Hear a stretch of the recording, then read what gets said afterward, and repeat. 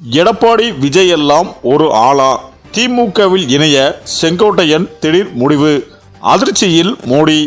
அதாவது அதிமுகவில் இருந்து நீக்கப்பட்ட முன்னாள் அமைச்சர் செங்கோட்டையன் இன்று தனது எம்எல்ஏ பதவியை ராஜினாமா செய்தார். மேலும் தவேகவில் இணைய உள்ளதாகவும் கூறப்படும் நிலையில் இரட்டை இலை சின்னத்தில் நின்று வென்ற கோபிச்செட்டியம் பாளையம் எம்எல்ஏ பதவியை ராஜினாமா செய்துள்ளார். சபாநாயகர் அப்பாவை சந்தித்து ராஜினாமா கடிதத்தை சமர்ப்பித்தார்.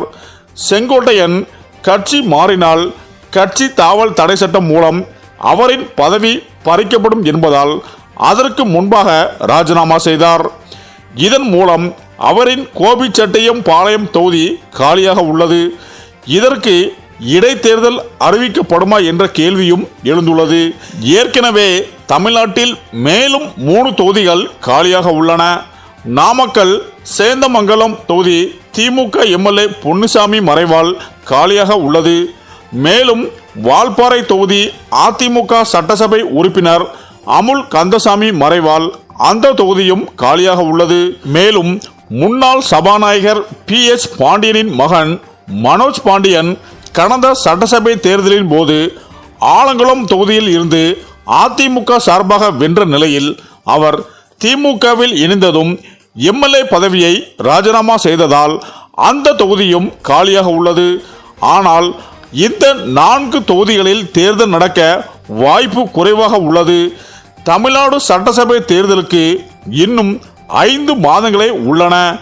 அதற்கு முன் இடைத்தேர்தலுக்கு தேவையற்ற செலவுகள் ஏற்பாடுகள் செய்யப்படுமா என்பது சந்தேகம். அதோடு தற்போது SIR பணிகள் நடைபெறுகின்றன. இந்த பணிகள் முடிய டிசம்பர் முதல் வாரமாகும். அதன்பின் இறுதி வாக்காளர் பட்டியல் வந்து அதில் மேல் முறையீடு செய்ய ஜனவரி வரை அவகாசம் உள்ளது. இதனால் ஜனவரி வரை இடைத்தேர்தல் நடக்க வாய்ப்புகள் குறைவு. அப்படியே தேர்தல் அறிவித்தாலும் ஜனவரி அறிவித்த பின்பு பிப்ரவரி தேர்தல் நடத்த மீண்டும் ஏப்ரலில் சட்டசபை தேர்தல் நடக்க வாய்ப்புகள் குறைவு. இதனால் இந்த தொகுதிகளுக்கும் இடைத்தேர்தல் வருவது சந்தேகமே. அதாவது வாக்காளர் பட்டியல்களை தயாரிப்பதற்கும் திருத்துவதற்கும் இந்திய தேர்தல் ஆணையத்திற்கும் சட்டப்பூர்வ அதிகாரம் உள்ளது.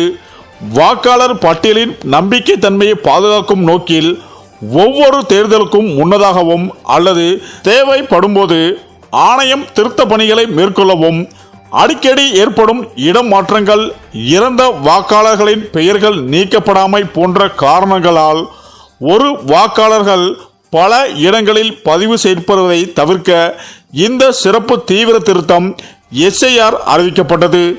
தகுதியான யாரும் விடுபடாமலும் தகுதியில்லாதவர்கள் பட்டியலில் இடம் பெறாமலும் இருப்பதை உறுதி செய்வதே இதன் முக்கிய நோக்கமாகும்.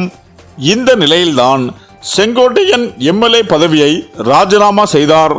செங்கோட்டையன் அதிமுகவில் இருந்து நீக்கப்பட்ட பிறகு எம்எல்ஏ பதவியை ராஜினாமா செய்தார். அவர் தமிழக வெற்றி கழகத்தில் இணையலாம் என தகவல்கள் வெளியாகியுள்ளன. மேலும் இதற்கு முன் மதுரையில் நடைபெற்ற தேவர் குரு பூஜை நிகழ்வில் O பன்னீர்செல்வம் மற்றும் TTV தினகரனுடன் ஒரே காரில் சென்று ஒன்றாக செய்தியாளர்களை சந்தித்த செங்கோட்டையன் அதிமுகவில் பெரிய அதிர்வை ஏற்படுத்தினார். அதற்கு பதிலாக எடப்பாடி பழனிசாமி கட்சியிலிருந்து செங்கோட்டையனையும் அவரது ஆதரவான 2000 பேரையும் நீக்கி உத்தரவிட்டார். மேலும் அதிமுகவில் இருந்து நீக்கப்பட்ட உடனே செங்கோட்டையன் தவேகவில் இணைய வாய்ப்பிருப்பதாக தகவல்கள் பரவத் தொடங்கின.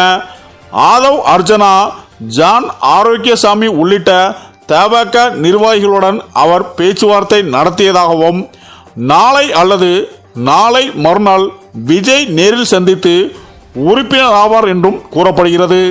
மேலும் செங்கோட்டையன் நேற்று இது குறித்து கேட்கப்பட்ட கேள்விகளை மறுத்தும் இல்லாமலும் உறுதிப்படுத்தவும் இல்லாமலும் அமைதியாக நடந்து கொண்டது இந்த தகவலுக்கு மேலும் வலு சேர்த்துள்ளது.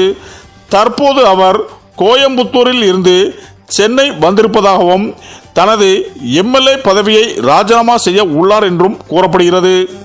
அதாவது அமைப்பு பொதுச் செயலாளர் விஜய் அமைத்திருக்கும் 28 பேர் கொண்ட நிர்வாக குழு அவரது பொறுப்பில் ஒப்படைக்கப்படலாம். மேலும் அதிமுகவில் நீண்ட கால அனுபவம், மேலும் கொங்கு மண்டலத்தில் செங்கோட்டையனின் பெரும் செல்வாக்கு ஆகியவை அவர் தவேகாவில் சேர்ந்தால் அந்த கட்சிக்கு பெரிய பலமாக மாறும் என அரசியல் வட்டாரங்கள் கருதுகின்றன. மேலும் வரும் 30ஆம் தேதி கோபிச்செட்டியம்பாளையத்தில் எடப்பாடி பழனிசாமி பொதுக்கூட்டம் நடத்த உள்ள நிலையில் அதற்கு முன்பாகவே செங்கோட்டையன் தனது அரசியல் முடிவை அறிவிக்கக்கூடும் என்றும் எதிர்பார்ப்பு நிலவி வருகிறது.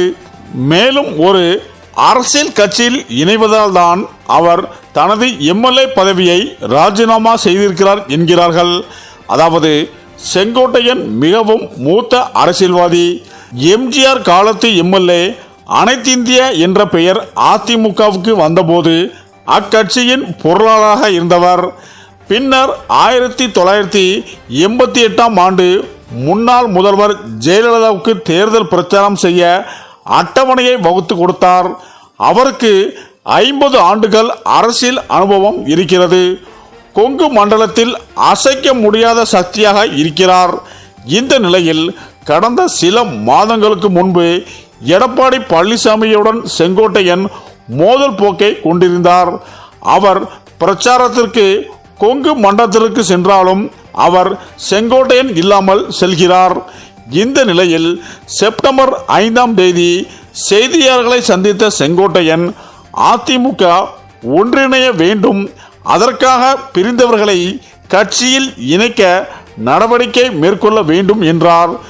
இதனை அடுத்து அன்று மாலையிலேயே அவரது கட்சி பதவி பறிக்கப்பட்டது.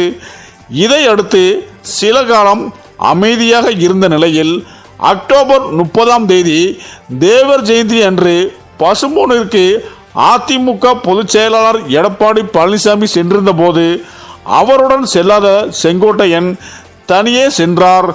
இதில் அதிமுகவில் இருந்து நீக்கப்பட்ட தினகரன், சசிகலா, ஓபிஎஸ்ஸுடன் செங்கோட்டையன் பேசினார். இது கட்சியின் கட்டுப்பாட்டுக்கு எதிராக என கூறி செங்கோட்டையனை அதிமுகவில் இருந்து நீக்கிவிட்டார். இந்த நிலையில்தான் விஜய் தலைமையிலான தமிழக வெற்றி கழகத்தில் செங்கோட்டையன் இணையக்கூடும் என்ற செய்திகள் அரசியல் வட்டாரத்தில் பரபரப்பை ஏற்படுத்தியுள்ளது. செங்கோட்டையன் இணைவதால் தமிழக வெற்றி கழகத்தின் அரசியல் மற்றும் அமைப்பு ரீதியில் மாற்றங்கள் ஏற்படக்கூடும்.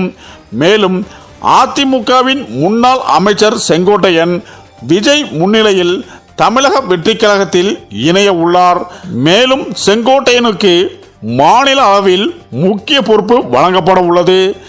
செங்கோட்டையன் எம்எல்ஏ பதவியை ராஜினாமா செய்ய உள்ளார். அதைத் தொடர்ந்து நடிகர் விஜயை சந்திக்க உள்ளார். செங்கோட்டையன் விஜய் பக்கம் செல்லக்கூடாது என அதிமுக தலைவர்கள் சமாதானம் செய்ய முயற்சிக்கின்றனர். செங்கோட்டையன் தமிழக வெற்றி கழகத்தில் இணைவது கிட்டத்தட்ட உறுதியாக உள்ளதும் என அரசியல் வட்டாரத்தில் பரபரப்பாக பேசி வருகின்றனர். சரி, இந்த வீடியோ பற்றிய உங்க கருத்துக்களை கமெண்ட்ல சொல்லுங்க. மேலும் வீடியோ பிடித்திருந்தால் லைக் பண்ணுங்க, ஷேர் பண்ணுங்க, மறக்காம நம்ம சேனலை சப்ஸ்கிரைப் பண்ணிக்கோங்க. நன்றி.